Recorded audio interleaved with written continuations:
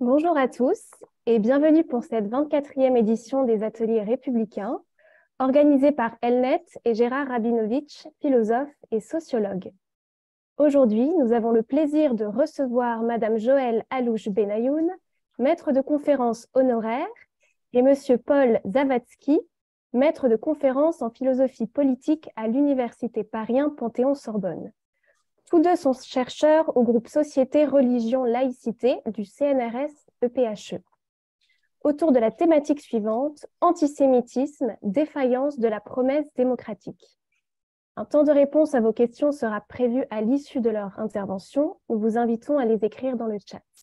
Je cède maintenant la parole à Gérard pour son propos d'introduction. Merci beaucoup, Pauline. Merci. Merci. Salutations à tous. Salutations affectueuses à Arié, à Charlotte, à Sarah, à Greg, à Lionel. Bonjour, mes amis Joël et Paul.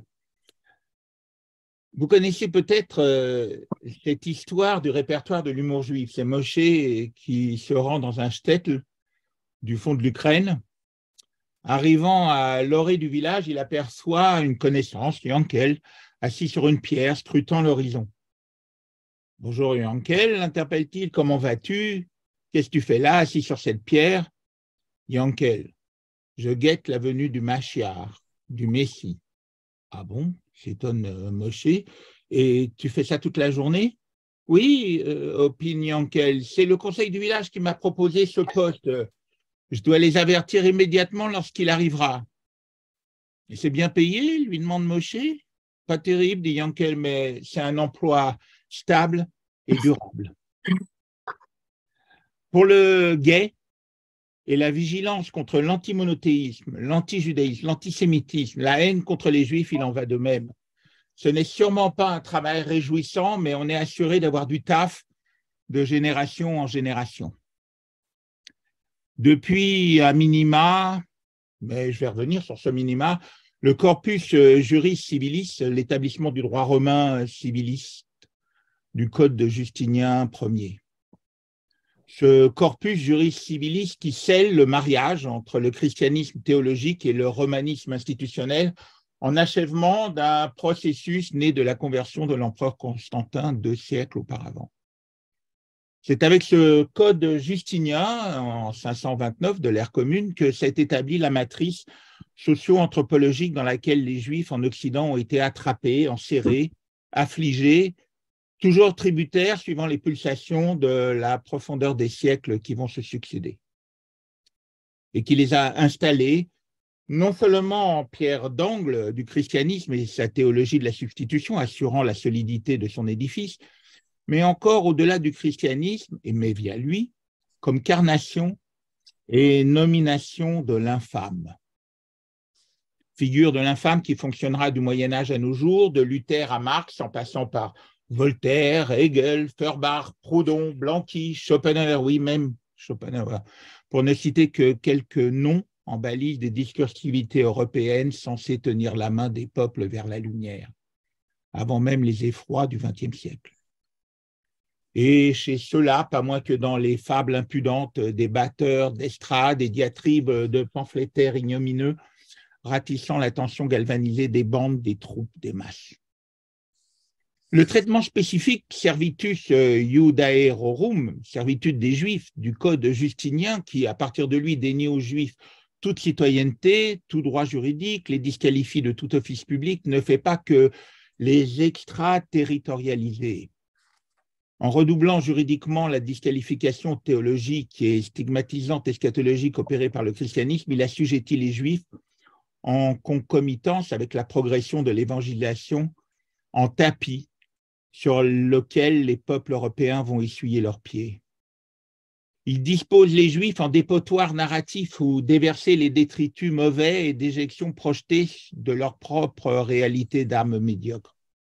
Il les installe en fixatifs prépositionnés pour les haines collectives en office de glu de masse. Il les livre en pâture aux furies des jouissances meurtrières récurrentes en quête de proie. Il n'est pour les Juifs avec le code justinien qu'un décret implicite interdit d'exister. Par voie d'effacement, conversion, assimilation, dissolution ou par voie sanguinaire, massacre, pogrom, extermination. Et à défaut entre ces deux-là, par les décrets d'expulsion qui les brinque-balles, ectoplasment dans le champ civil d'une contrée à une autre. Si j'ai dit tout à l'heure, à minima, c'est que le maillage des traits dont les Juifs sont accablés et qui vont être propagés concomitamment avec l'évangélisation des peuplades païennes de l'Europe et du monde, précède de plusieurs siècles la codification justinienne et précède même le christianisme qui, à mesure qu'il s'éloigne de sa source hébraïque, instrumentalise en son sein les formules rhétoriques, les syntagmes, les pictogrammes, les idéogrammes diffamant d'un anti-judaïsme antique païen absorbé et adopté. Il faut en effet remonter aux querelles judéo-païennes et notamment judéo-grecques alexandrines pour retrouver où et quand se sont fabriqués et préformatés tous les stéréotypes anti-juifs relayés par les écrivains érudits des humanités latines, Tacite, Juvénal, Sénèque, enquistés dans la trame déjà de la culture occidentale, l'imprégnant jusqu'à aujourd'hui dans leur remise à jour et au jour. Tout y est installé, dit et écrit, le Shabbat comme manifestation de paresse, les interdits alimentaires comme marque de mépris et d'asocialité, le rejet des idoles comme athéisme, la circoncision comme barbarie. Et déjà l'accusation de meurtre rituel, l'implantation du syntagme d'ennemi du genre humain, de porteurs et diffuseurs d'épidémies, en ce temps-là la lèpre, de comploteurs s'efforçant de précipiter le monde entier dans le trouble, de déicides, de rejeter les divinités païennes. Ajoutons les traits caricaturaux à charge accusatrice, manque de civisme, absence de grands hommes, abus de sacrifices animaux, ou bien des traits stigmatisants contradictoires, lâche ici, téméraire et forcené là, lubrique ou austère, accapareur ou mendiant, servile ou séditieux selon les cas, les opportunités, voire tout ensemble, tenaille reconduite plus tard, comme on sait, en capitaliste et bolchevique ou nationaliste et cosmopolite. Ces fables d'une cruelle impudence qu'on se raconte sur les Juifs, comme les désignait Flavius Joseph, que je viens de citer, ont constitué le paysage durable d'une mythologie anti-juive établissant le pattern de tous les stéréotypes anti-juifs ultérieurs. Adaptables en tout lieu, tout temps, toutes circonstances, leurs représentations ont alimenté la permanence à travers les siècles d'un folklore d'épouvante miso-judaïque infiltré dans les cultures populaires. Aucune de celles-ci n'est d'origine chrétienne et elles furent aussi initialement quelquefois utilisées contre les premiers chrétiens. Un, dont le travail n'est pas suffisamment sollicité, Jean-Pierre Faye, l'avait il y a longtemps déjà épinglé dans Migration du récit sur le peuple juif, je le cite, « Une chose est plus redoutable que les irrégularités de langage décrites par Georges Bataille, ce sont certaines grandes régularités de langage dans l'histoire. » Jules Isaac, tout rivé à ce qu'il dénommait justement l'enseignement du mépris par l'Église et que Léon Poliakov formulait comme le funeste legs chrétien, Jules Isaac n'envisageait cette imprégnation de l'antijudaïsme païen qu'au niveau d'une broutille. Ce n'était certainement pas une broutille puisque c'est dans ce package d'imagerie païenne et dans le revivol des auteurs des humanités grecques et latines, voire par exemple le copier-coller de Tacite chez le jeune Hegel, que les décades post-Lumière puisèrent, sautant par-dessus les siècles chrétiens, la reconduction et la relance du juif dans son rôle d'infâme. Tout ce riborne antique se manifestera jusque dans le graphe des caricatures antisémites du XIXe siècle qui trouvèrent dans la représentation des silènes, des satyres de la mythologie grecque, vieux, laids, lubriques, au nez difforme, les traits contre-typiques de la beauté grecque devenue, elle, étalon d'excellence de la physiognomie de l'avatar. Manquaient seulement au panel antique les figures du marchand, du prêteur sur gage, du financier des princes, de l'usurier Shylock, du capitaliste Rothschild et celle du sioniste de Ben Gurion à Jabotinsky, tous de constitution plus tardive, comme on peut le deviner.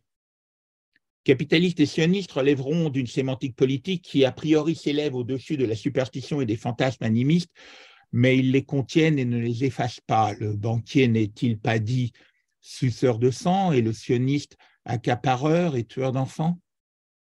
Manquait encore Heidegger, qui conclut dans ses cahiers noirs que les Juifs, nouvellement par lui désignés fourriers de la pensée calculatrice et technique, s'étaient à ce motif eux-mêmes auto-exterminés. Lire sur ce triste personnage nos amis Emmanuel Faye et François Rastier. On a pu croire que l'émancipation citoyenne des Juifs, qui se propagea au cours du XIXe siècle depuis la Révolution française, allait finalement au diapason du champ progressiste de l'éducation reléguer la haine posée sur les Juifs au registre des superstitions ancestrales. On sait ce qu'il en a été.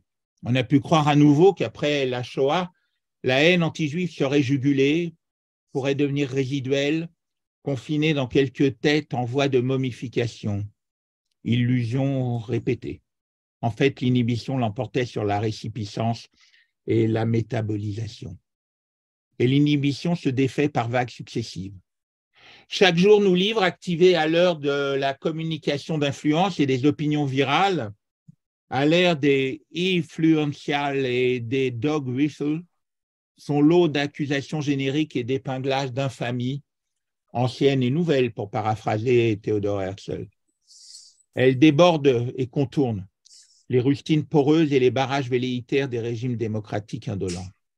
Elle se constitue principalement dans une chimère pagano-islamiste, une conjonction hétéroclite d'un prémodernisme tribal et d'une postmodernité liquide antimonothéiste.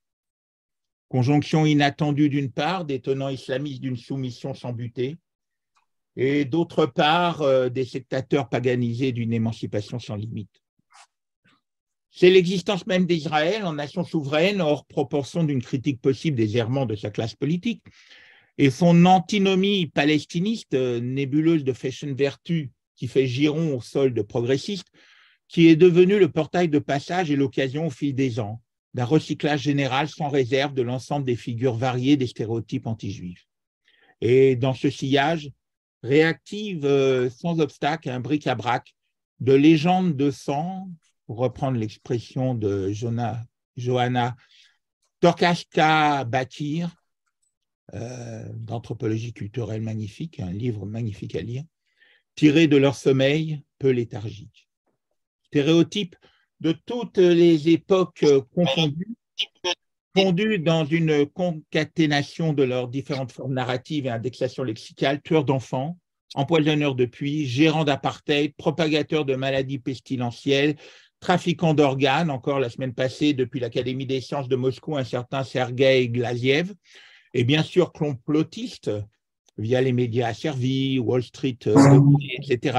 Ce n'est pas celui d'être rien de moins que des métamorphes reptiliens. Sur le plateau de Fox News, un certain Tucker Carlson relayant les délires du négationniste américain David Icke. Leur pattern reconduit bat à nouveau le rythme de la rhétorique anti-juive de ce que Flavius Joseph nommait les ameuteurs de badauds dans son Contrapion.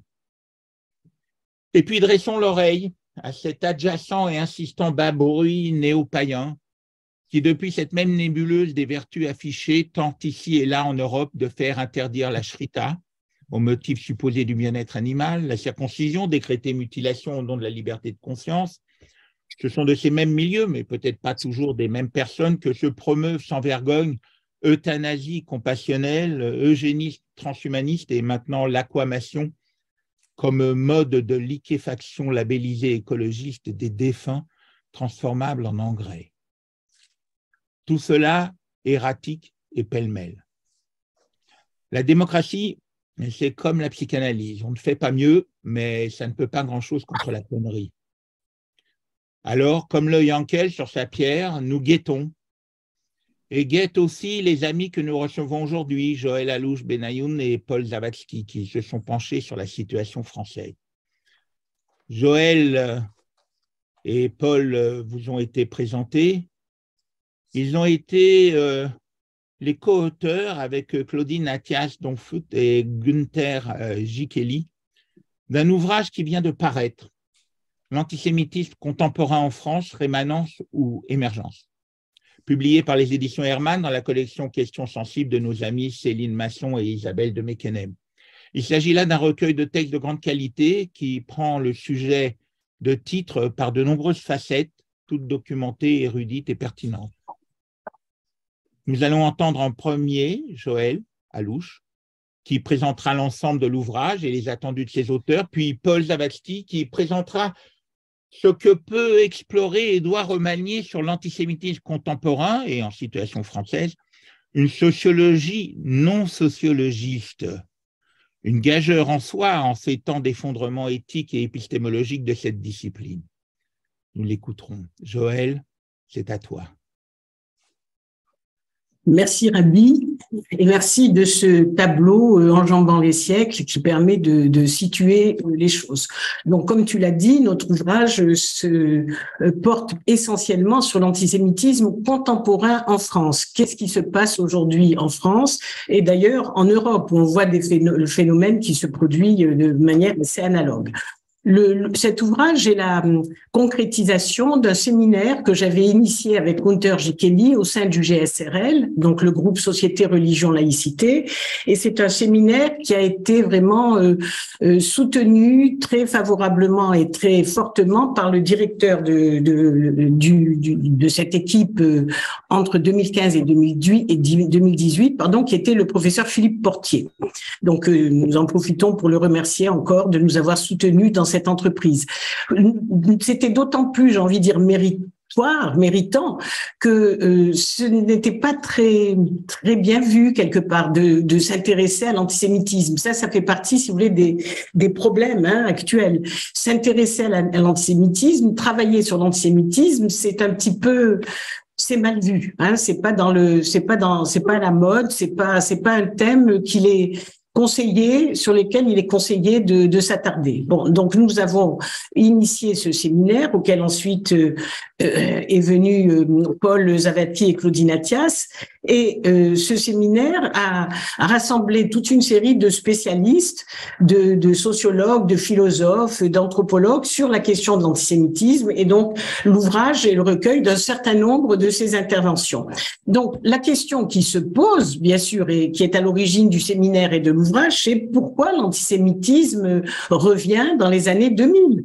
Parce que auparavant, si vous vous en souvenez, on avait le sentiment, enfin en tout cas globalement dans la société, que l'antisémitisme était un peu une histoire passée.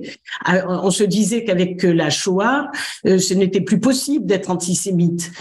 Et les années 2000, et dès le début des années 2000 et du 21e siècle, on s'est aperçu que ça n'était pas tout à fait vrai. Les violences contre les Juifs se sont en fait déchaînées à travers le territoire. D'abord des coups contre des Juifs, des dégradations de synagogues, des insultes, et puis c'est allé jusqu'au meurtre. Donc c'est allé vraiment au bout, si vous voulez, du phénomène. C'est allé jusqu'au meurtre, et 13 Juifs sont morts en France depuis ces années-là uniquement parce qu'ils étaient juifs. Bon, donc qu'est-ce qui se passe? Que se passe-t-il dans la société pour qu'on arrive à ça?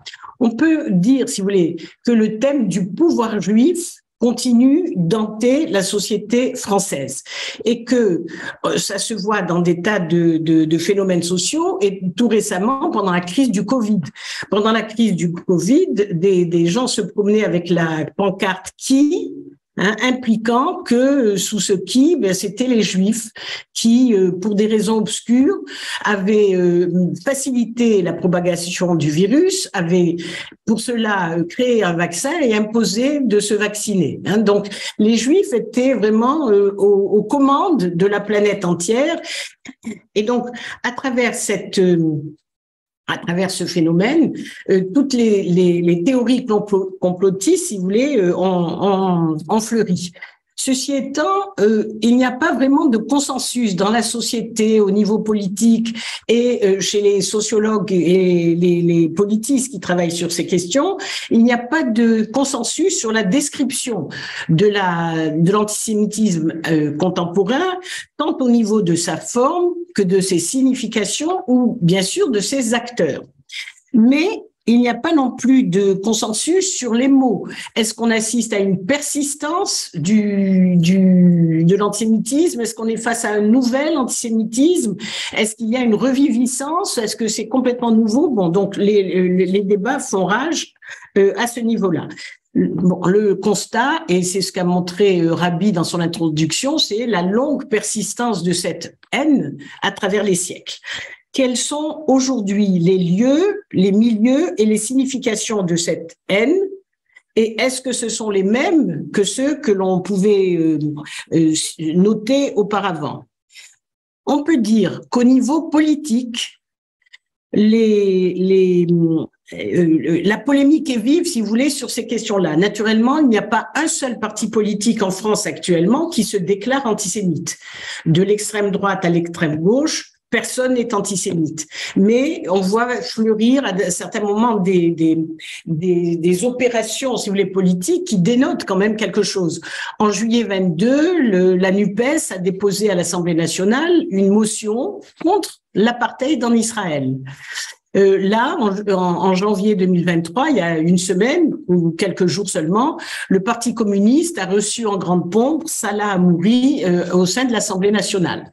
Tout ça, naturellement, déclenche des polémiques. Mais tout ça tourne, ces faits politiques que je vous relate, tournent autour de la question d'Israël. Et alors là, la question se pose naturellement. Pourquoi ce qui apparaissait comme une solution au problème juif, un État des Juifs, pourquoi ce problème s'est transformé en fait, cette question s'est transformée en une haine planétaire qui est l'antisionisme. Donc là, on a une nouvelle forme, si vous voulez, de l'antisémitisme qui se focalise sur Israël et l'antisionisme, on peut dire que c'est un nouveau masque, le nouveau masque de l'antisémitisme. Et c'est aussi dans nos sociétés démocratiques probablement le signe d'un malaise social. Autre chose qui est à signaler, c'est quand même la rareté des travaux, la rareté des enseignements sur cet antisémitisme et sur l'antisémitisme contemporain tout particulièrement. Si vous regardez dans les cours qui sont proposés, les thèmes de réflexion qui sont proposés tant dans les organismes de recherche qu'à l'université, il y a vraiment très très peu de choses sur l'antisémitisme. Comme si c'était un problème qu'il ne fallait pas trop aborder parce que on ne sait pas ce que l'on va trouver derrière. Ce que montre l'ouvrage, si vous voulez, c'est on peut dire qu'il y a en France actuellement peut-être 4 strates d'antisémitisme. Une première strate qui serait l'antisémitisme latent. Il y a dans la société française un antisémitisme latent qui touche toutes les couches de la société et qui s'est manifesté, si vous voulez, de manière publique lors de ce que l'on a appelé l'affaire de La Rochelle en 2013. En 2013, si vous vous en souvenez, des étudiants de l'université de La Rochelle écrivent une pièce contre le capitalisme et les méfaits du capitalisme. Et cette pièce met en scène un banquier juif qui s'appelle Goldberg. Et en gros, enfin, je simplifie, mais c'est à cause de ce banquier juif et des banques juives que le monde va mal aujourd'hui. Les juifs prennent le pouvoir économique sur la société. C'est ça qui dévoie la société. Eh bien, cette scène qui a été représentée plus d'une vingtaine de fois n'a suscité aucune critique. Les personnes qui ont assisté à la scène ont écouté ça et ont applaudi sans même penser une seconde. Pas plus les étudiants qui l'avaient écrite, d'ailleurs, n'avaient pensé qu'il y avait quelque chose d'antisémite là-dedans. Donc ça, c'est une espèce d'antisémitisme latent qui touche tout le monde. Deuxième niveau, c'est l'antisémitisme, j'ai envie de dire classique d'extrême droite, alors qui est plus difficile à analyser aujourd'hui parce qu'il avance masqué. Même les partis d'extrême droite se déclarent pour les juifs et pas du tout antisémites. Donc là, il y a toute une analyse à faire et on peut remonter facilement au mouvement négationniste qui ont commencé dans les années 1980. Deux nouveautés quand même, une nouveauté, enfin ça aussi c'est une résurgence, mais en tout cas ça n'était pas au premier plan jusqu'à présent et ça le revient, c'est l'antisémitisme d'extrême gauche. Antisémitisme d'extrême gauche qui va justement se focaliser sur la question d'Israël. Donc ce ne sont pas des antisémites, ce sont des antisionistes, et donc ils sont, comme disait Poliakov, tout à fait purs d'antisémitisme, puisqu'ils ne sont pas contre les juifs simplement, contre un État qui est l'État d'Israël. Et enfin, les nouveaux acteurs de cet antisémitisme contemporain sont bien sûr les milieux musulmans, les milieux certains milieux de banlieue, qui, eux, vont justement jusqu'au meurtre des Juifs. Donc, ce sont des nouveaux acteurs et toutes ces questions-là, si vous voulez, aussi bien des nouveaux acteurs que d'antisémitisme latent, que d'antisémitisme d'extrême gauche et d'extrême droite, sont analysées dans l'ouvrage où vous pouvez voir les signatures de Pierre-Henri Taguieff, également de Dominique Régnier, mais aussi de Isabelle de Mekenen, de Dominique Régnier et de plusieurs autres. Voilà. Voilà donc le tableau général, si vous voulez, de cet ouvrage. Et je laisse la parole maintenant à Paul, qui va revenir plus précisément sur un certain nombre de choses que je viens de présenter.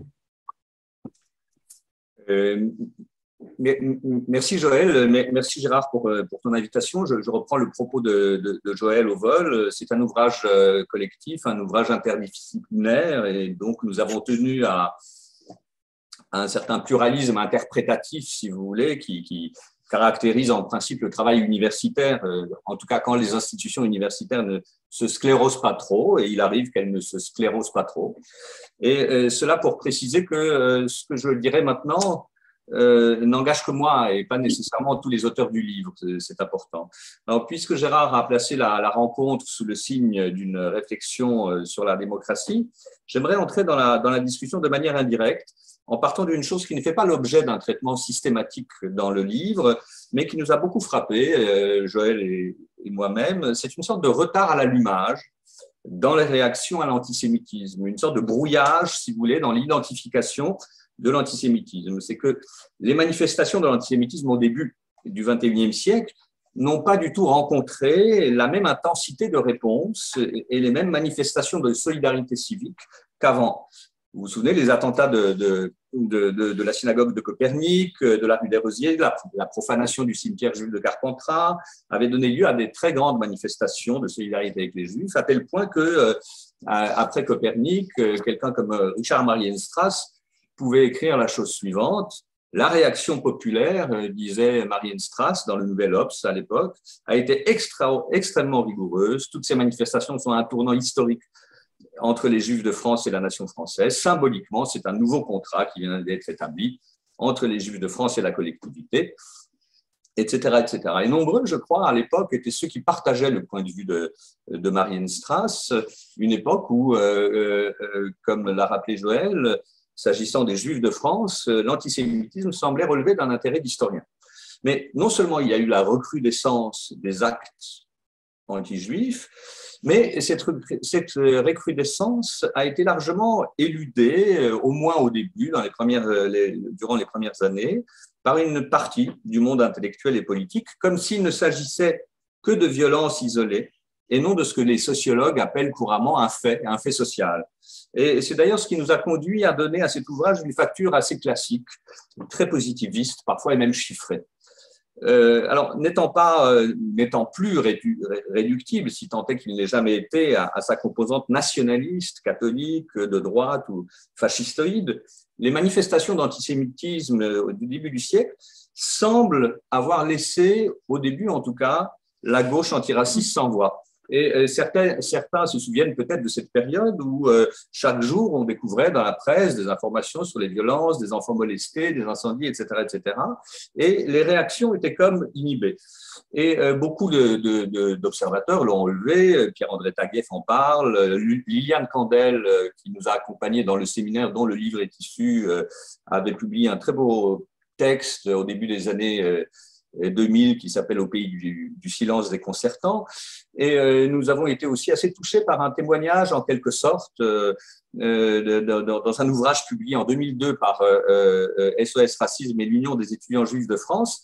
Et ce collectif, publié vraiment tout au début, comme ça, du XXIe siècle, commence par publier dresser une liste de 75 pages d'attaques, d'insultes, etc., tout en observant dans l'introduction: c'est une chose étrange que la question soit posée de savoir non pas comment combattre le mal, mais si le mal existe. Nous avons attendu un moment de sursaut de l'indignation nationale contre des criminels qui, si cette fois n'avaient pas réussi à tuer était parvenu à susciter la honte et la peur dans le cœur des enfants, on nous a répondu qu'il valait mieux nous taire, qu'il ne fallait pas conférer une importance collective à des actes individuels, qu'il convenait de ne pas offrir des exemples faciles à des banlieues jalouses et inquiètes. Alors, ce type de constat interpelle, ou peut-être devrait interpeller, les consciences civiques d'une démocratie, mais au-delà de cette dimension citoyenne, ils conduisent à penser que la question de l'antisémitisme ne porte pas seulement sur sa réalité, si vous voulez, ses causes ou ses raisons, elle se double souvent, et pas seulement aujourd'hui, pas seulement en France, elle se double d'une seconde énigme, en quelque sorte. Pourquoi, lorsqu'il se manifeste, l'antisémitisme est-il si fréquemment, parfois obstinément nié, comme si ces manifestations, aussitôt apparues, disparaissaient des radars, en quelque sorte. Autrement dit, si l'on s'en tient à la France, au début des années 2000, la première question porte évidemment sur la multiplication inédite depuis la guerre, des actes, des violences, etc., etc. Et puis, il y a une deuxième question, un deuxième aspect plus délicat à cerner de cette même question, à savoir son invisibilisation ou sa disparition des perceptions. Et l'histoire moderne de l'antisémitisme, mais peut-être faudrait-il étendre la réflexion à la violence en général, il suffit de penser au négationnisme poutinien d'aujourd'hui. En tout cas, l'histoire moderne de l'antisémitisme semble souvent inséparable de celle de ces négations. Et sur ce point, Robert Misrahi, qui nous fait l'honneur et l'amitié de participer à l'ouvrage, avait relevé il y a vraiment quelques décennies déjà, dans son bouquin sur Marx et la question juive, que la question juive n'est pas seulement la question assez étrange que les autres posent aux Juifs sur leur identité ou leur liberté, mais elle est encore la négation qu'il n'y ait jamais eu une telle question. La question, du coup, c'est comment analyser l'embarras, l'évitement ou le refus de nommer l'antisémitisme contemporain. On a souvent parlé de négationnisme ou de déni du réel. À vrai dire, le problème me semble plus subtil que ça. On n'a pas affaire à quelque chose qui ressemble au négationnisme, à la Forisson, à la Bardèche. On n'a même pas affaire à des formes de négationnisme que l'on trouve en Pologne. Quand on parle, on évite de parler de pogrom pour ne parler que d'excès, etc., ce type de contre-vérité. Bon, parce qu'en réalité, si vous voulez, depuis le début, depuis que la violence de l'antisémitisme est redevenue meurtrière en France, personne ne nie que des actes aient été commis. Si négation il y a, elle ne porte ni sur la judéité des victimes, ni sur le fait de leur mort, à l'instar du négationnisme historique. Lorsqu'elle se produit, cette étonnante évaporation, en quelque sorte, de la dimension anti-juive dans la perception des violences ne procède pas d'une négation des faits. Elle se produit dans le langage, à l'occasion de la mise en intelligibilité des faits. Elle s'insinue, si vous voulez, quelquefois dans l'anéantissement de l'intention anti-juive des actes. Et ça, cette question du sens et de l'intentionnalité, ça intéresse beaucoup évidemment une certaine pratique des sciences sociales. J'y consacre un texte parce que rien n'est plus frappant que l'évitement du phénomène anti-juif par la sociologie de la domination, mais ce n'est pas le propos maintenant, je n'en parlerai pas. Je dirais seulement qu'on s'étonne peut-être, ou on ne s'étonne pas suffisamment, disons, de cette difficulté manifeste à qualifier sans le voyer la multiplication des violences dirigées contre les Juifs à partir du début du XXIe siècle, que de contorsions, 20 débats pour dire le calvaire d'Ilan Halimi, enlevé parce que juif, que de batailles, de contournements, de circonvolutions pour requalifier enfin les tortures et le meurtre atroce de Madame Sarah Halimi en acte antisémite. Il y a bien quelque chose, si vous voulez, à penser dans cette longue surdité des premières années du siècle, d'autant plus que, encore une fois, celle-ci contraste avec la vivacité passée des réponses citoyennes, Copernic,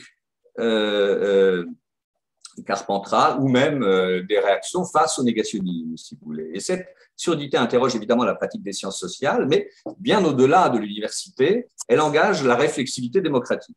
On peut faire l'hypothèse qu'en raison de cette fissure dans la citoyenneté républicaine, l'histoire vécue des 2 premières décennies du siècle sera racontée différemment par les citoyens juifs et non juifs, même si peut-être les attentats de 2015, Bataclan, Charlie Hebdo, etc., ont peut-être contribué à rapprocher les conditions. Bon. À partir de là, nous avons en quelque sorte une question sur les bras. Comment est-ce qu'on peut comprendre ce retard à l'allumage ? On n'a pas le temps de déplier la question dans toute son ampleur. Je vais me contenter de tirer un seul fil qui, comme vous le verrez, nous fait entrer très simplement au cœur des discussions sur l'antisémitisme et la démocratie. Partons de l'hypothèse que le malaise dans l'identification de l'antisémitisme des années 2000 tient au fait que celui-ci s'est exprimé dans des formes, des lieux, des milieux qui ne correspondent pas au paradigme de l'antisémitisme politique sous la Troisième République et qui le rendait clairement repérable, disons, pour la gauche ou par la gauche républicaine, surtout depuis la fin du XIXe siècle. Pour faire vite, l'antisémitisme n'était plus seulement celui de l'extrême droite nationaliste. Et pour expliciter ce point, on peut dire que, je fais un petit détour, si vous voulez, pour marquer le contraste. On peut dire que depuis la fin du XVIIIe, le sort des Juifs, comme leur place au sein des sociétés européennes, ont été liés à la dynamique démocratique ainsi qu'au processus de construction de la nation et de la citoyenneté moderne.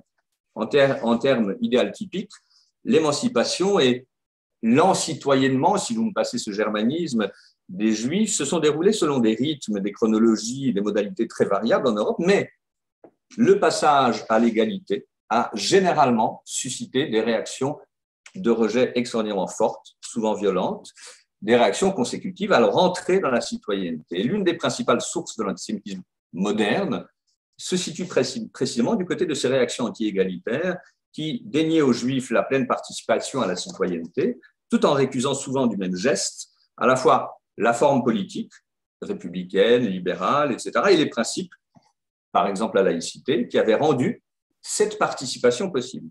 Et dans cette compréhension, vous voyez, c'est une compréhension particulière, mais dans cette compréhension-là, le vecteur décisif du passage de l'antisémitisme au politique, du passage au politique des passions et des mythes anti-juifs, ça a été l'ethnonationalisme de la fin du XIXe siècle, qui s'est efforcé de réintroduire dans l'horizontalité de la citoyenneté le principe d'une légitimité politique, ethnique, généalogique, verticale, héréditariste, quelquefois raciale ou religieuse. Sous la Troisième République, l'antisémitisme était porté vraiment par des acteurs majeurs de la vie politique et intellectuelle, et il se nouait dans l'ordre des significations au cœur même du conflit politique central portant sur la manière de penser la nation, la citoyenneté, et plus fondamentalement sur les rapports entre politique et religieux. Et quelle que soit l'intensité de ces mobilisations, ils s'articulaient symboliquement sur ces principaux conflits qui accompagnaient la construction des nations démocratiques. En ce sens, de mon point de vue, il appartient principalement au vaste ensemble des réactions antimodernes dans la modernité politique. C'est à ce titre, d'ailleurs, qu'il persiste en Europe de l'Est aujourd'hui. Alors, il va de soi que, comme tout idéal type, si vous voulez, celui-ci ne permet pas du tout de penser toute la réalité de l'antisémitisme du passé, laissant, par exemple, toute la problématique de l'antisémitisme de gauche, sur lequel je vais revenir en un instant. Mais il permet, au moins en première approche, de mieux faire ressortir ce qui, dans la vague anti-juive des années 2000, échappe à ce paradigme.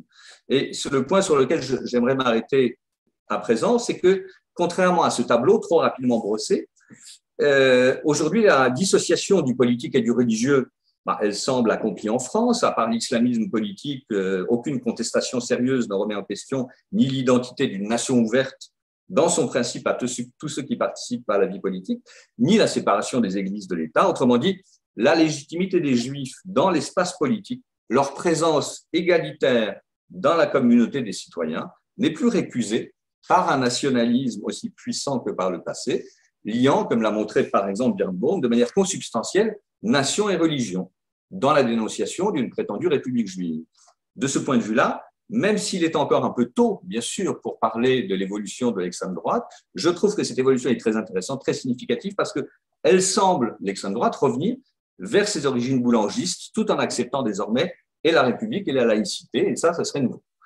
En tout cas, ce n'est pas au nom d'une certaine conception de la nation et de la légitimité politique qu'ont été commis les récents assassinats des Juifs, pas plus les spectacles provocateurs de Dieudonné que les messages haineux de Mehdi Meklat ou encore la pièce antisémite de La Rochelle dont parlait Joël, ne se réclament de la tradition du nationalisme de l'extrême droite. De même que les critiques les plus virulentes de la place jugée exorbitante de la Shoah viennent bien davantage des marges contestataires, si vous voulez, que d'un nationalisme soucieux, comme en Pologne, par exemple, de préserver l'image sacralisée, intouchable de la nation. Et dans cette nouvelle configuration anti-juive, les juifs ne sont plus visés parce qu'ils représentent l'anti-France, mais bien davantage parce qu'ils sont identifiés à la France et plus largement à la domination. Loin d'être stigmatisés comme des étrangers sans patrie ou comme des outsiders par des nationalistes, des gens qui se réclament du centre, ils sont au contraire l'objet d'un ressentiment d'exclus qui s'exprime en affinité apparente avec la culture démocratique. On pourrait prendre beaucoup d'exemples. C'est à ce ressentiment d'exclus, qui est d'ailleurs étudié dans le livre par Didier Lapeyronie, que c'est ce ressentiment qui est parfois mis en forme idéologiquement par des acteurs politiques qui ont l'ambition, la prétention de parler en leur nom. On a donc une sorte d'inversion, si vous voulez, par rapport au nationalisme du passé. Dans la perspective d'un nous décolonial, l'État républicain n'est plus accusé comme par le passé de trahir la terre et les morts, les valeurs du terroir ou l'héritage chrétien d'une France vivifiée et née de l'Église. Il est accusé d'être structurellement raciste. Pour les nationalistes des années 30, la République était trop inclusionnaire. Pour les indigènes de la République, elle serait trop exclusionnaire. Mais ce qui est remarquable, et j'y reviendrai si j'ai le temps, c'est que dans tous les cas, elle reste intrinsèquement liée aux Juifs. À suivre Ouria Boutelja, les Juifs sont des apologistes du mythe républicain. Ils auraient été, je cite, élus par l'Occident pour sous-traiter le racisme républicain ou encore pour être le bras armé de l'impérialisme occidental dans le monde arabe.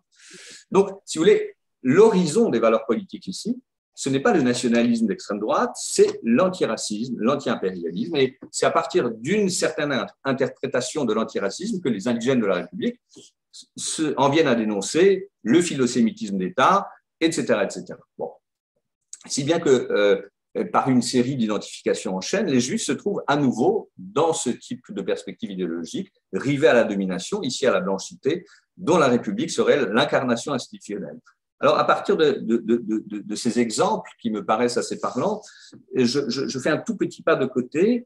Une minute, c'est que la première chose qui frappe, et ça, l'exposé introductif de Gérard l'a très bien montré, c'est évidemment la première chose qui frappe dans l'histoire de l'antisémitisme, c'est son étonnante persistance. Il y a quelque chose qui apparaît comme une propension diachronique à délirer sur les Juifs, migration du récit sur le peuple juif.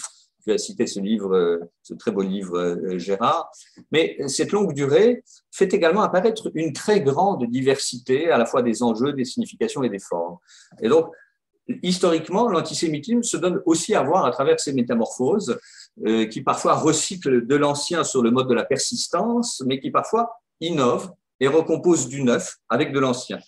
Et la difficulté de l'analyse est ici à la fois classique et banale. C'est-à-dire que si vous focalisez l'observation seulement sur ce qui dure et qui se répète, eh bien, vous risquez de ne pas percevoir le nouveau, ou bien de réduire l'inédit au déjà vu. Et symétriquement, l'écueil des pensées courtes, c'est que si vous ne vous focalisez que sur le présent, eh bien, vous risquez de sous-estimer la durée et l'enracinement des manières de penser, cristallisées dans ce qu'on appelle les cultures, les représentations et surtout les mythes. Et on ne saurait étudier l'antisémitisme sans passer par la prise en compte au sérieux des mythes. Et en réalité, si on veut bien désinsulariser un tout petit peu l'étude de l'antisémitisme, ces questions de l'immuable, du variable, etc., se posent tout le temps dans les sciences humaines et sociales. Bon.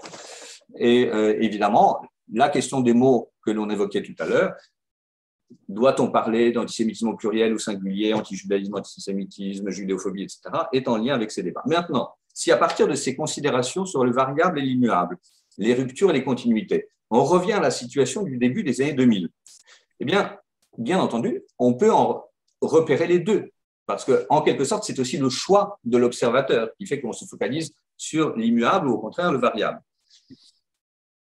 Sur l'immuable, si je puis dire, est-il un paradigme, et ça Joël l'a évoqué, est-il un paradigme plus classique, plus traditionnel, plus durable dans l'histoire de l'antisémitisme que celui qui les associe au pouvoir? Il ressurgit, on l'a vu dans le discours se voulant critique des indigènes, il apparaît de manière récurrente dans la plupart des enquêtes d'opinion, je n'y reviens pas.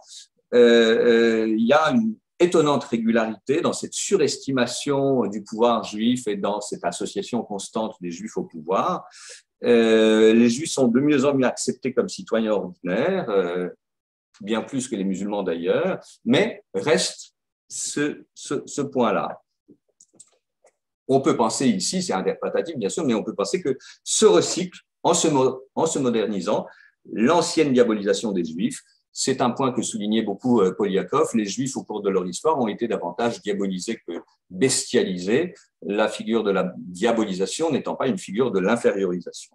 Il reste, et c'est vers cette réflexion que je voulais, que j'avais envie qu'on s'achemine, il reste que, aussi forte que soit cette trace associant les Juifs au pouvoir, elle se fait jour dans une configuration politique dans laquelle les visions hiérarchiques du monde ont perdu de leur plausibilité. Il me semble que toute analyse de l'antisémitisme contemporain doit tenir compte de ce basculement inédit dans la légitimité démocratique. Cela ne signifie pas que les anciens préjugés, mythes, etc. s'estompent complètement. Les préjugés comme les mythes vivent leur temps, disons, dans un temps plus long que celui des transformations institutionnelles, mais plus personne ne semble remettre en question la légitimité d'une citoyenneté égalitaire, autrement dit d'une nation pensée comme peuple des citoyens et non plus comme peuple des ancêtres. Et à partir de ce que j'ai dit tout à l'heure, sur la secondarisation de l'antisémitisme nationaliste d'extrême droite, on peut même formuler l'hypothèse d'une dissociation de l'antisémitisme et du nationalisme. Ce serait nouveau en France. On ne voit pas la trace de cette nouveauté à l'Est. Alors, bien entendu, on discutera pour savoir jusqu'où il faut accepter la thèse de Pierre-André Taguieff sur la nouvelle judeophobie comme phénomène idéologico-politique centré sur l'antisionisme radical. Ce qui est remarquable, c'est que dans cette configuration, Taguieff utilise souvent ce mot d'Elias, ce qui est retourné contre Israël et les Juifs, ce n'est autre chose que la pointe de la critique démocratique, ce que la pointe de la critique démocratique reproche à l'histoire occidentale, impérialisme, colonialisme, racisme, politique génocidaire, etc., etc. Et ce qui me semble fondamental à relever dans cette histoire, et qui illustre les exemples que j'ai relevés tout à l'heure, c'est que les Juifs se trouvent progressivement condamnés, non plus au nom des valeurs de la chrétienté, évidemment, non plus au nom des valeurs de la nation des nationalistes ou d'une théorie racialiste quelconque, mais au nom des valeurs suprêmes de la modernité démocratique, au nom de l'anti-impérialisme, anticolonialisme, antiracisme, etc. Quand le local de l'Union des étudiants juifs de France est saccagé à Paris 1, à Tolbiac, ces murs se trouvent couverts d'inscriptions telles que « local sioniste, raciste », anti-goy. De même, vous avez vu les graffitis il y a quelques jours sur les façades des magasins du 9e arrondissement. Je suis raciste. Bon. Il y a donc une reformulation, me semble-t-il, des passions anti-juives dans le langage des principes démocratiques. Or, ce que nous apprend justement la lecture de l'histoire longue de Poliakov, c'est que l'antisémitisme épouse généralement les valeurs centrales d'une société donnée. Bien entendu que les principes démocratiques sont singulièrement dévoyés chez Dieudonné ou Ria Boutelja ou ceux qui s'en prennent aux Juifs en estimant qu'ils constituent une caste de riches privilégiés. Mais il n'en reste pas moins que c'est dans cet horizon-là que les passions anti-juifs ressourcent désormais leurs motifs en recyclant précisément les thématiques populistes de l'antisémitisme de gauche du XIXe siècle qui associaient les Juifs au capitalisme selon les différentes figures du peuple et des gros. À partir de là, ce qui me paraît significatif, ou du moins ce sur quoi il faudra porter une attention aiguë dans les années à venir, ce sont les inflexions des passions anti-juives qui se mettent en place en affinité et dans le langage des principes démocratiques. De ce point de vue-là, j'avais prévu de vous en parler, mais je n'ai pas le temps. De ce point de vue-là, effectivement, l'affaire de la pièce de La Rochelle est tout à fait significative. Voilà. Je peux continuer, mais je propose de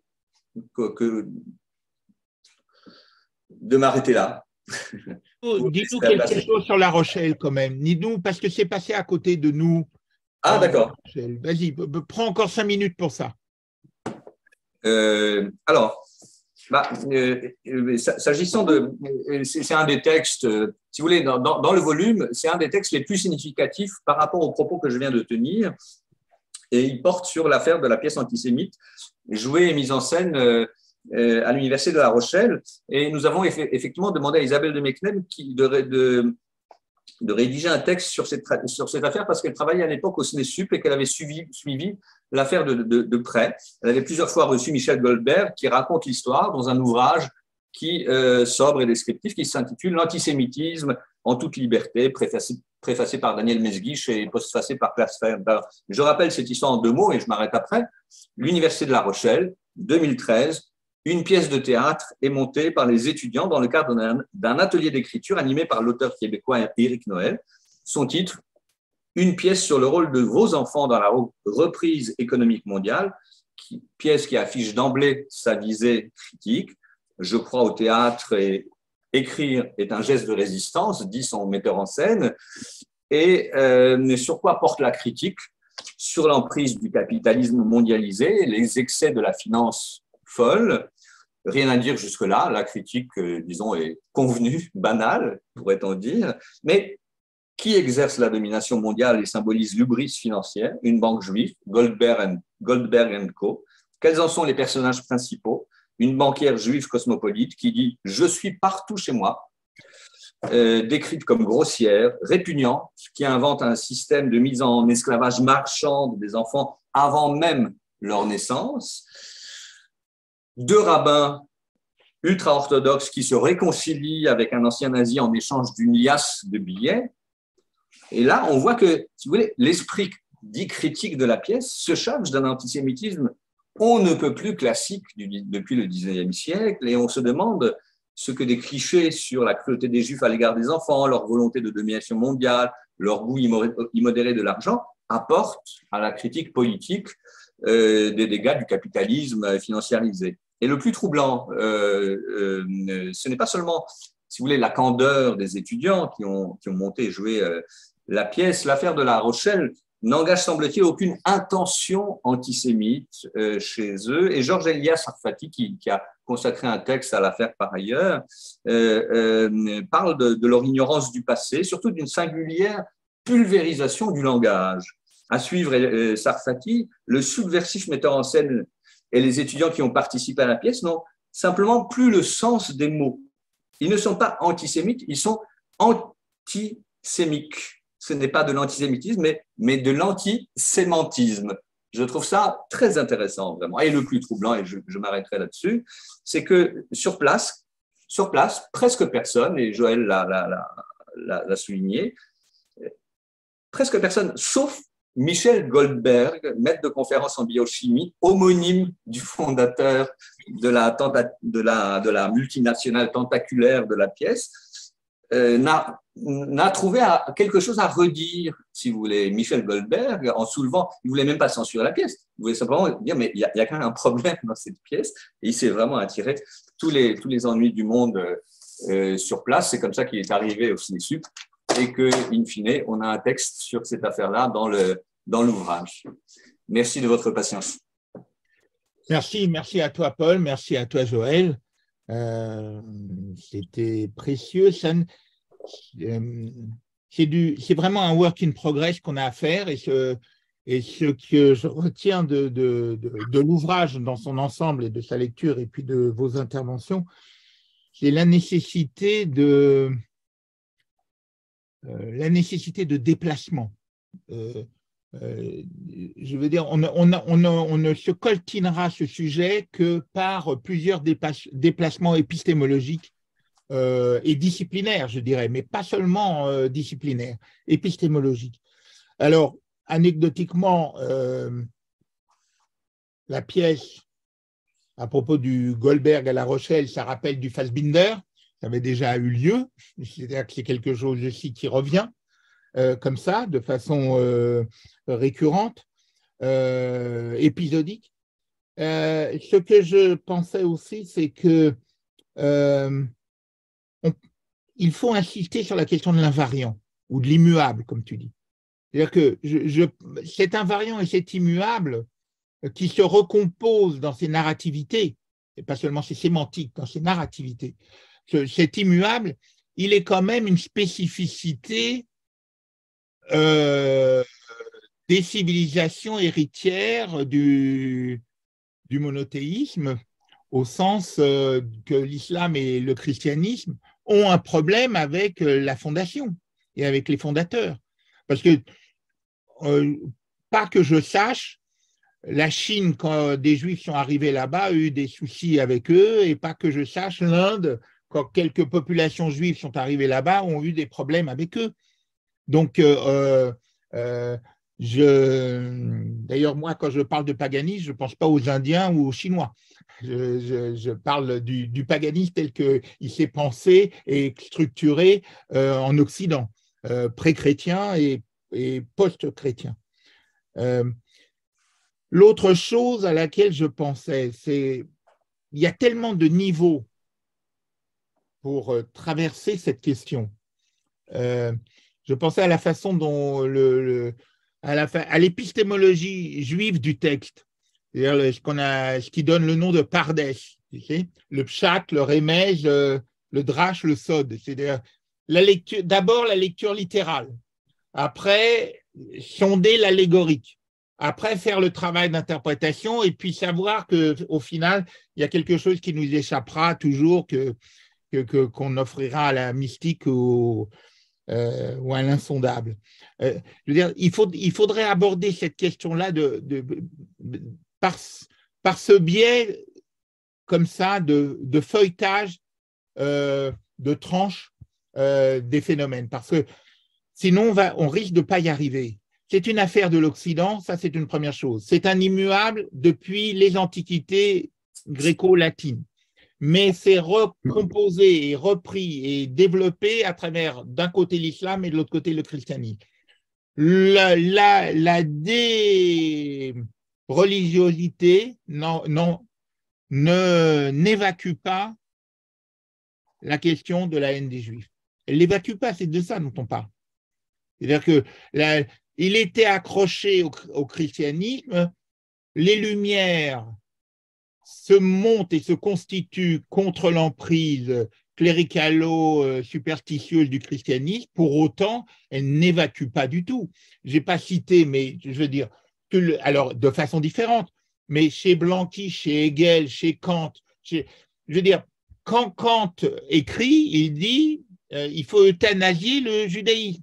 Quand Hegel parle de Kant, il reproche à Kant d'être judaïsant, rationalisant, mettant la raison à la place du sensible, accusant Kant de manquer, en manquant de sensibilité, c'est-à-dire qu'au fond, qu'est-ce qu'il utilise comme image du juif, en arrière-fond, c'est l'hostilité à la vie, l'hostilité à l'amour, la surreprésentation de la loi. De la même façon, Schopenhauer, quand il s'en prend aux jeunes hegéliens de son temps, en les accusant, eux, d'avoir comme Dieu le Dieu juif. Tu vois, il y a une relance permanente. C'est ça qu'il est. Alors, je ne parle pas celle des ameuteurs, j'aime bien cette expression de Flavius Joseph, des ameuteurs de Badaud, mais je parle dans la pensée elle-même, dans ce qui constitue les paramétrages avec lesquels nous pensons, ceux dont nous héritons et avec lesquels nous nous débattons pour essayer de penser le monde. C'est là, c'est présent. Je te passe la parole. Pour combien de temps? On a 3 mois, plusieurs heures de séminaire? Non, mais on a jusqu'à quelle heure? Encore 5 minutes, et puis après, on verra s'il y a des gens qui ont envie de poser des questions. Alors quoi, 5 minutes consacrées à l'invariant et à l'immuable? Vas-y. Bah, écoute, non, mais... il a fait mieux que ça. Hein. Bon, entièrement d'accord pour cette idée à la fois de déplacement et ce que tu as décrit comme l'épistémologie du pshat en quelque sorte. C'est-à-dire qu'il faut à la fois penser les déplacements et saisir effectivement les couches, les niveaux superposés, etc. S'agissant de l'invariant, la question qui se pose, c'est de quelle façon, quel statut, lorsqu'on pense à partir de l'invariant, quel statut on accorde à l'expérience historique dans sa singularité. Si tu mets l'accent sur l'invariant, tu auras des arguments forts, ceux que tu viens de développer, ceux que tu as développés au début de ta communication. Mais dans ce cas, qu'est-ce que tu fais de l'inédit de la modernité et de l'idée d'une possibilité institutionnellement garantie d'une citoyenneté universaliste, commune, etc. C'est-à-dire que l'accent, l'un des accents sous-jacents à ce que j'ai dit porte sur les garde-fous institutionnels. Je crois qu'il ne faut pas les sous-estimer. C'est-à-dire que quels que soient les discours, les mythes, les invariants, l'antisémitisme encodé dans le langage, c'est très très important, y compris dans les exemples que tu as pris, Kant, Hegel, etc., c'est clair. Mais il n'en reste pas moins qu'il y a aussi des garde-fous institutionnels qui fonctionnent parfois, qui parfois ne fonctionnent pas. La question, c'est de savoir quel statut tu accordes, quel statut tu accordes à ces garde-fous institutionnels. Moi, je pense que la question de la citoyenneté, nous n'avons que ça, en quelque sorte, au premier abord, sur un niveau. Ce n'est pas du tout le seul, mais sur un des plans. Et je dirais que sur ce plan-là, les institutions, pour l'instant, fonctionnent quand même dans leur garde, cette fonction de garde-fou. Oui, j'ai envie de dire aussi que si c'est tellement difficile à décrypter socialement, s'il y a cette espèce de silence, en tout cas pendant longtemps sur l'antisémitisme actuel, c'est aussi pour cela. C'est-à-dire que ça prend des formes inédites qui, du coup, désarçonnent les personnes qui réfléchissent à ces questions-là. Elles ne savent plus comment traduire avec des concepts éventuellement nouveaux, ce qui se passe et qui est quelque part aussi une persistance de ce que l'on connaît depuis des siècles. C'est ça aussi le problème. L'inédit que l'on voit quand même sous nos yeux avec ce qui se passe actuellement, je pense que ça masque aussi aux yeux de beaucoup la réalité du phénomène. Je voudrais juste dire quelque chose à propos du garde-fou institutionnel. Je souscris à ce que dit Paul, mais en même temps, comme disait, on a vu l'effondrement de la démocratie parfois en très peu de temps. Hein. Et la démocratie aujourd'hui, elle est en danger. C'est-à-dire que si on fait le compte des États démocratiques dans le monde, ils sont peu nombreux, et ils sont tous en crise aujourd'hui, partout. Oui. La démocratie, qui est en effet le dispositif de garantie institutionnelle, de garde-fou institutionnel, c'est intrinsèque à lui, en effet, je suis d'accord, n'est pas une garantie en soi, puisque la démocratie n'est pas du tout assurée définitivement. La fin de l'histoire n'a pas eu lieu là. Oui, mais Gérard, si je puis me permettre, si tu places la barre si haut, tu ne peux t'avoir, tu as nécessairement raison, mais il n'y a pas de garantie absolue de rien, surtout dans l'éternité. Si on examine la question des démocraties, d'abord l'invention démocratique n'est pas si ancienne, je ne parle pas de la Grèce, mais je dirais que son institutionnalisation est récente. Ensuite, les sociétés dans lesquelles elle est le plus en crise aujourd'hui ne sont pas des sociétés dans lesquelles la société est d'institutions anciennes.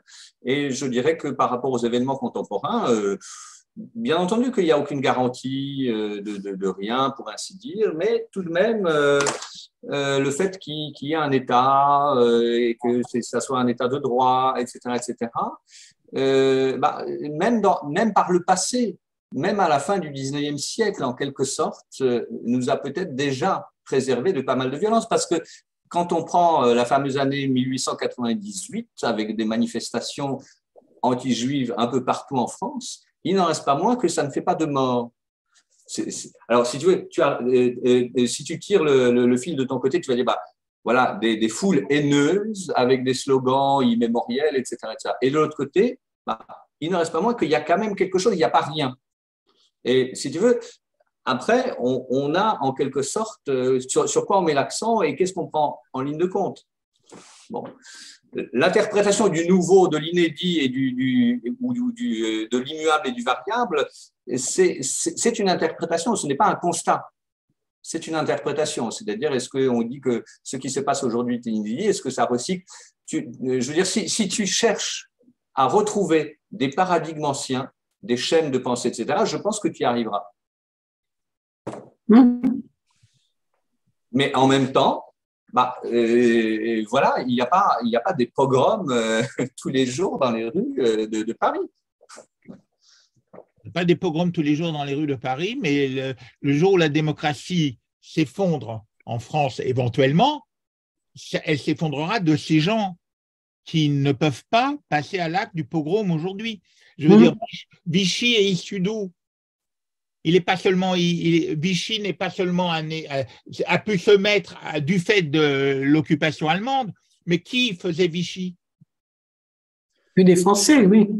La possibilité de Vichy et de cette orientation dans la culture politique qui est si forte en France depuis Dreyfus jusqu'à Vichy, à mon sens, si tu veux, cette formation-là, ce nationalisme-là, c'est l'hypothèse que j'ai essayé d'avancer, appartient en quelque sorte à un autre moment de l'histoire. Non, parce que c'est une conjonction entre le nationalisme, l'anti-judaïsme historique, disons, chrétien ou national-chrétien, mais c'est aussi des anciens syndicalistes révolutionnaires, c'est aussi des anciens communistes qui se rejoignent tous ensemble et qui trouvent comme liant et comme ciment aussi l'antisémitisme. La discussion serait très longue. Sur le fond, si tu veux, moi je pense qu'il faut bien davantage redouter l'ulcère que le pogrom aujourd'hui. C'est-à-dire que je pense qu'il faut s'intéresser aux faiblesses de la démocratie dans, disons, l'exigence psychique et l'incroyable exigence que les sociétés démocratiques contemporaines adressent aux individus. Et je pense que, tu vois, le problème, si je devais le tracer en deux mots, je dirais que ça ne sera pas celui de la violence pogromiste, mais celui de l'ulcère. Mais tu vois, ça serait vraiment une très longue discussion. Bon, j'espère qu'on aura et on essaiera de l'avoir devant tout le monde. Joël, tu veux intervenir et puis peut-être je vais laisser la parole à Pauline qui va essayer de donner la parole à des gens. Mais justement, Gérard, on n'a pas de questions, donc je laisse Madame Alice conclure. Voilà. Non, mais moi, je souscris à ce que vous dites. Je crois vraiment qu'il y a une persistance, bien sûr. Enfin, c'est évident quand on regarde ce qui est dit, quand on regarde comment les gens réagissent, bien entendu qu'il y a une persistance. Ceci dit, le fait que l'antisémitisme actuel se fonde sur une espèce d'inversion du racisme quand même, c'est-à-dire que les Juifs sont devenus les racistes de la société. C'est ça quand même qui est un changement fondamental. Et comme l'a montré Paul, ça se joue plus, ce sont plus les nationalistes qui vont reprocher aux Juifs de ne pas être assez français, mais ce sont les antiracistes qui vont reprocher aux Juifs d'être les plus racistes qui soient dans la société. Donc ça change quand même la donne complètement. Non, ça change la donne en effet, mais de façon contingente et historiquement marquée, datée, d'époque. Ça, c'est possible. À travers ces époques. C'est-à-dire qu'il y a une époque raciste, une époque antiraciste, mais dans l'un comme dans l'autre, le juif incarne quelque chose de rejetable et d'infâme. Tu as raison. Et là où est la persistance. Donc, il faut l'analyser tel que tu le dis, c'est-à-dire dans sa spécificité actuelle, chronique, mais dans sa diachronie, c'est toujours le même objet. Ça ne change pas. Oui, je suis d'accord. Mais donc, il faut pas mettre de côté, si tu veux, la nouveauté, parce que ça permet de comprendre justement ce qui se passe. Non, on peut s'effarer de la nouveauté, c'est-à-dire qu'elle est très inventive sur quelque chose qui ne bouge pas, qui est immuable. Voilà, plutôt comme ça. Mais bon, c'est ces déplacements. On continuera ici et dans d'autres manifestations aussi de notre séminaire qui pourraient être en présentiel bientôt. On va devoir arrêter. Pauline, vous voulez reprendre la main? Écoutez, donc on n'a pas de questions de la part du public. Je vous laisse éventuellement annoncer la prochaine édition, Gérard. Et puis après, on se quittera pour aujourd'hui. Merci beaucoup. D'abord, je vous remercie à nouveau, Joël et puis Paul. C'était précieux et j'étais ravi de faire ça avec vous parce que j'ai beaucoup de considération pour vos travaux. Et puis, deuxièmement, merci à tous ceux qui les ont suivis et qui nous ont suivis. On retrouvera aussi en replay pour ceux qui n'ont pas pu y assister ou ceux que vous avez envie d'inviter à entendre cette séance bientôt en replay sur YouTube. Et notre prochaine séance, ce sera le lundi 20 février, donc toujours à midi, toujours en Zoom. Et ça sera avec Galia Ackerman, qui viendra nous parler de la situation et de l'état de la société poutinienne. Merci Bon, Gérard. à bientôt. À bientôt. Très bonne journée à tous.